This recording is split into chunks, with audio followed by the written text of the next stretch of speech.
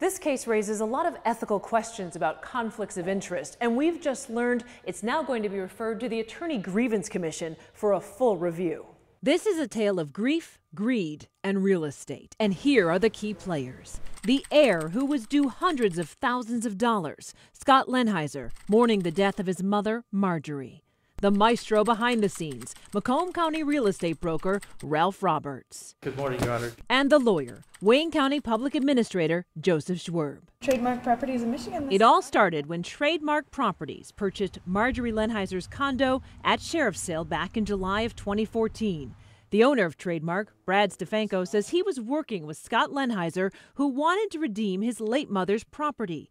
But their hands were tied because Schwerb and Roberts had opened the Wayne County probate estate in Marjorie's name, giving them the power to sell the pricey Northville condo. They controlled all the shots. They controlled how much they sold the condo for. They controlled, in essence, Mr. Lenheiser's future as well. The 7 investigators have been exposing this controversial probate practice where Attorney General appointed lawyers called public administrators team up with real estate brokers like Roberts to cash in on probate estates. Roberts' company, Probate Asset Recovery, often took 1/3 of the value of the assets in the estate. I find properties, I believe there's a benefit, so I then tell a public administrator, here's the benefit here. The Marjorie Lenheiser estate contained many assets. So why did her son nearly lose both her condo and his own condo to foreclosure? It was, in my opinion, egregious for how much money was siphoned out of this estate when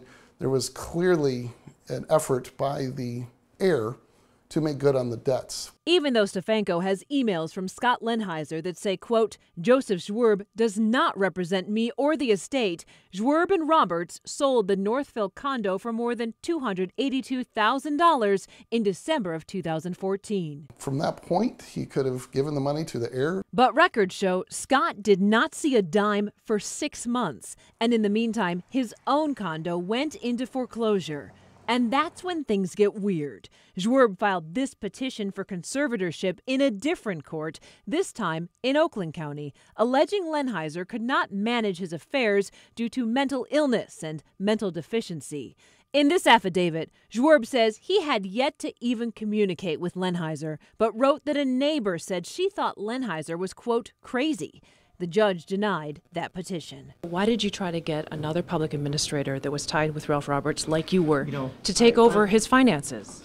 But he wasn't deemed to be incompetent. She didn't take over his finances, so it doesn't matter. But it did matter to Lenheiser's financial distress. An independent guardian assigned to assess Lenheiser for the conservator case said, had Schwerb made distribution from his mother's estate rather than commencing this proceeding, he would have been able to redeem his property. Why did you tell the court he was mentally deficient? I don't want to bring back some awful petition that would embarrass Mr. Lenheiser, who subsequently became my client. It's not a subject I'm interested in getting involved with on camera. Does Judge Burton know he became your client? I don't know. In fact, there was a lot that Wayne County Chief Probate Judge Freddie Burton Jr. wasn't told about the Lenheiser estate, prompting him to reopen it just last month. I should have been made aware of the fact that there was a matter brought by you in your capacity as public administrator in another court. Ultimately, Scott Lenheiser received at least $145,000 plus some other assets, and he was able to save his home.